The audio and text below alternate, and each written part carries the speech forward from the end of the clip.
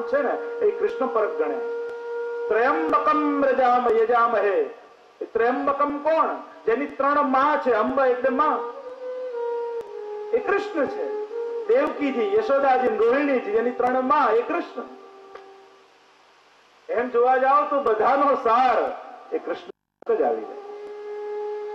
અને વિશ્વરૂપમાં ભગવાને દર્શને કરાવ્યું ને, બધા મારી અંદર જ બિરાયેલું છે, બધા જ એમની અંદર છે.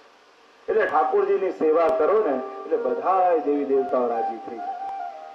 આપણે લોકો ઊંધું વિચાર, આપણી સોચ ઊંધી છે. આપણે વિચાર્યું રે ઠાકોરજીને કરીશું તો આમને ખોટું લાગી જશે, અને આની નહીં કરીએ તો આને ખોટું લાગી જશે, આની નહીં કરું તો ફલાણાને ખોટું લાગે. આવું ખોટું લાગવાનું ને આપણા લોકોમાં હોય, દેવતાઓ ભગવાનમાં ના હોય. આ બધા વ્યવહાર આપણા છે. દેવતાઓ તો રાજી થાય જેના ઘરે ઠાકોરજીની સેવા હોય ને, એને 33 કરોડ દેવતા આશીર્વાદ આપે.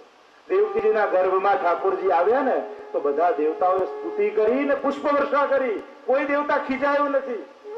ક્યારે દેવકીજી ત્યાં પેલા ભગવાન આવી ગયા, અમારી સેવા નહીં કરે એટલે અમે તો નારાજ થઈ જઈએ, અમે તો શ્રાપ આપી દઈએ, એવું કોઈ દેવતાઓએ કર્યું નથી. આ આપણી માન્યતાઓ છે, આ ખોટી માન્યતાઓ. ઠાકોરજીની સેવા કરો છો તો બધા દેવી દેવતાઓ પ્રસન્ન થાય છે. બધા મહાન છે, બધા શ્રેષ્ઠ છે. એક વસ્તુ યાદ રાખો, કોઈની શ્રદ્ધાને નાની નહીં ગણી. જેની શ્રદ્ધા છે એની શ્રેષ્ઠ છે. આપણું શું કર્તવ્ય છે એનો વિચાર કરો. તમે બ્રહ્મ સંબંધ લીધું, ઠાકોરજી ના થયા, ઠાકોરજી પધરાવ્યા. હવે એ રીતે ઠાકોરજીને ભજો. ભજો તો એમના થઈને એમને ભજો. શરત એ છે. નમો તો એમના થઈને નમો. પ્રણામ કરો તો એમને પ્રમાણિત થઈને પ્રણામ કરો. એમના થાવ દરેકમાં છે, એવું નથી પુષ્ટિ માર્ગમાં છે. હનુમાન ચાલીસા કરતા હો તો એ બોલે, ઓર દેવતા ચિત્ત ન ધરીએ, અનુમત સે હી સર્વ સુખ લઈએ. જ્યાં પણ ભજન હશે, ભક્તિ હશે, ત્યાં અનન્યતા હોવાની. પુષ્ટિ માર્ગીય લોકો કહે છે કેમ ઝઘડો કરવા નથી જતા, કે એમણે કહ્યું મેરે તો ગિરધર ગોપાલ દૂસરો ન કોઈ. હવે કેમ મીરાબાઈ પર કેસ નથી કરતા? ના, કે આ ભક્તિ છે. જ્યાં ભક્તિ છે ત્યાં અનન્યતા આવવાની. તમને તમે જેને પ્રેમ કરતા હોય, પ્રિયતમને તમે પ્રેમ કરો તો કોઈ વાંધો લે કે તું આને પ્રેમ કે આને કેમ નથી કરતી, આને કેમ નથી કરતી, ફલાણાને કેમ નથી કરતી? આ ગોપી ભાવ છે. પુષ્ટિ ભક્તિ એટલે ગોપી ભક્તિ. અને ગોપીને તમે કેમ ફરજ પાડી શકો કે કૃષ્ણને છોડીને તું આ કર, આ ઉપાસના કર, પેલી ઉપાસના કર? પુષ્ટિ ભક્તિ એટલે ગોપીની ભક્તિ. બસ ગોપીના માર્ગ યથા વ્રજ ગોપિકા નામ. નારદજી ભક્તિ સૂત્રમાં કહ્યું ભક્તિ કેવી કરવી કે જેવી ગોપીજનોએ કરી એવી. ગોપિકા નામ ગુરુ પ્રોક્તા. મહાપ્રભુજીને भी कहा भक्ति कैसे, गोपीजन वही गुरुजन है भक्ति मार्ग. તો ગોપીજનોએ જે ભક્તિ શીખવાડી એવી ભક્તિ કરવી, એનું નામ જ પુષ્ટિ ભક્તિ. અને આપણે ઊંધું વિચારી પુષ્ટિ માર્ગને ઘણી વાર લોકો ઊંધી રીતે જતા, આમ બધાનો વિરોધ. કોઈનો વિરોધ નથી. બધા શ્રેષ્ઠ છે, બધા મહાન છે. પણ હું ગોપી છું, તે ગોપીને કૃષ્ણને ભૂલવાની ફરજ કેમ પાડી શકાય? એ ગોપીને કેમ કહી શકાય કે તું કૃષ્ણને છોડીને આમ કર, આમ કર, આમ કર? મીરાને કોઈ કેમ કહી શકે કે મેરે તો ગિરધર ગોપાલ ને દૂસરો ન કોઈ? મીરાએ કહ્યું તો કેમ વાંધો લેવાય એની ભક્તિ આગળ? એનું ભાવ છે. પુષ્ટિ માર્ગીઓના ભાવને સમજો. વ્યવહાર બહુ ગૌણ છે. બધાને પ્રણામ છે, બધા જ શ્રેષ્ઠ છે, બધા મહાન છે. પણ એ રીતે જો તમે સમજતા હો કે સેવા ઠાકોરીને કરશો પેલાને ખોટું લાગે, એવું ભક્તિ માર્ગમાં નથી હોતું. બધા દેવતાઓ રાજી થાય એમ વિચાર કરો. આટલા દિવસો સુધી મેં આ દેવતાની ભક્તિ કરી તો એમણે જ મને પુષ્ટિ માર્ગમાં મોકલ્યો છે. એમણે જ મને સેવા અપાવી છે કે હવે અમે જેને ભજીએ છે તું એને ભજ. આવું કેમ નથી વિચારતા આપણે? કેમ ઊંધું વિચારીએ છીએ કે આને ખોટું લાગે, આનું અપમાન થાય? એવું કઈ નથી. બધા જ મહાન છે, બધા જ શ્રેષ્ઠ છે. ગોકુલનાથજી અને હરિરાયજી તો આજ્ઞા કરે છે કે જીવ માત્રનું સન્માન કરવું. પછી આ તો દેવતાઓ છે, બધા જ વંદનીય છે, આદરણીય. જ્યાં પૂજા છે ત્યાં બધું છે, પણ જ્યાં સેવા છે ને જ્યાં ગોપી ભાવ છે. મારે તો મેં કીધું તમને ગોપી બનાવવા છે, તો ગોપીની શું મનોદશા હોય પેલા એ સમજવી પડે આપણે. ત્યારે ગોપી બનાવે. ગોપી કોઈ શરીરથી નથી થતું, મનોદશાથી થાય છે, વૃત્તિથી થાય છે. કે ઉદ્ધવજી આયા અને કેવા લગા યોગ કરને, પ્રાણાયામ કરને, આમ કર, આમાં ધ્યાન લગાડ. ગોપિયા કહેને લગી ઉદ્ધવ મન ન ભય 10-20. મન તો એક છે, તો યોગમાં લગાડું, ધ્યાનમાં લગાડું કે આમાં લગાડું? પણ એ મન તો કૃષ્ણને ક્યારનું આપી દીધું. હવે એની પાસે કેમ પાછું માંગવું? પાછું કેમ માંગવું? એ કૃષ્ણ પાસે મન તો એની જોડે છે.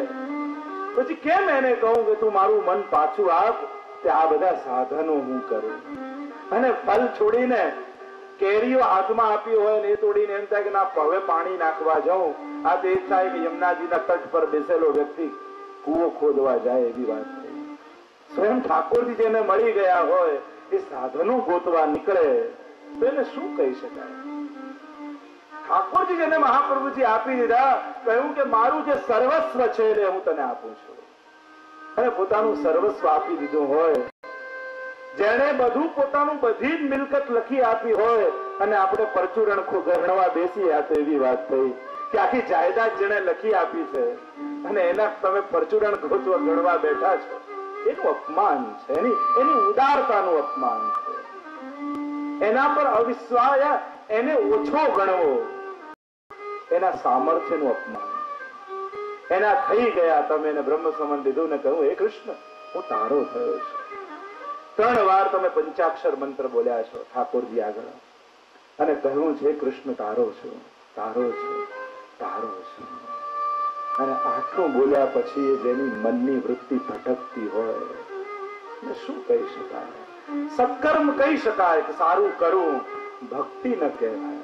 શરણાગતિ તો એક જ વાર થાય અને એકની જ થાય. બાકી બધા તો વ્યવહારો છે, બાકી તો બધે વ્યવહાર સાચવીએ છે. પછી શરણાગતિની વાત કહો, ભક્તિની વાત કહો, એ તો એક જ વાર થાય અને એકની જ થાય. એકને જ કહેવાય કે હું તારો છું. બાકી બધા તો વ્યવહાર કરીએ, સારી વાત છે. કક્ષા છે, બધાનો અધિકાર શબ્દ પુષ્ટિ માર્ગમાં છે. જેનો જેવો અધિકાર એટલી એને પ્રાપ્તિ. આટલું સમજ્યા બાદ પણ હજી મનની લાલસા, મારી કહેવાનો અર્થ છે લાલસાઓ સમાપ્ત થઈ જવી જોઈએ. આ મન જે લાલચથી ફાફા મારે છે ને એ પતન સિવાય બીજું કઈ નહીં આપે. શ્રદ્ધાને જો દિશા ન મળે તો અંધશ્રદ્ધા બની જતી હોય છે, અને અંધશ્રદ્ધા જ દોડાવતી હોય છે. શ્રદ્ધા તો બેસાડી દે એક જગ્યાએ, દોડાવે અંધશ્રદ્ધા, શ્રદ્ધા ન દોડાવે. શ્રદ્ધા તો એકના ચરણોને પકડીને માણસ બેસી જાય. એના પર શ્રદ્ધા રાખો, શ્રદ્ધા રાખો એટલે ભાગદોડ સમાપ્ત. શ્રદ્ધા થઈ ગઈ છે, પતી ગઈ. તો શ્રદ્ધા નથી એટલે જ ભગવાનની વૃત્તિ છે, લાલસા છે, મનની લાલચ છે. એટલે સુરદાસજી તો ગાય છે ને, જાપો મન લાગ્યો ગોપાલ સો તાહી ઓર કેસે ભાવે. હજી બીજું ગમે છે એનો અર્થ એ થયો કે હજી ભગવાનમાં મન નથી લાગ્યું. સુદાસજી તો ગાયું જાપો મન લાગ્યો ગોપાલ સો તાહી ઓર કેસે ભાવેરી. લેકર મીન દૂધ में રાખો જલ બિન સચુ નહીં પાવે.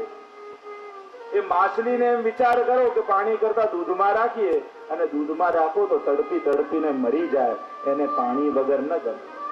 જો સુરાર ન ભૂમિ ચલત હે પીર ન કાહુ જનાવેરી. ઉલટ પ્રવાહ ન આવેરી. જેમ નદીનું પાણી વહી જાય પછી પાછી ઉલટ પ્રવાહમાં નથી આવતું. જાકો મન લાગ્યો ગોપાલ સો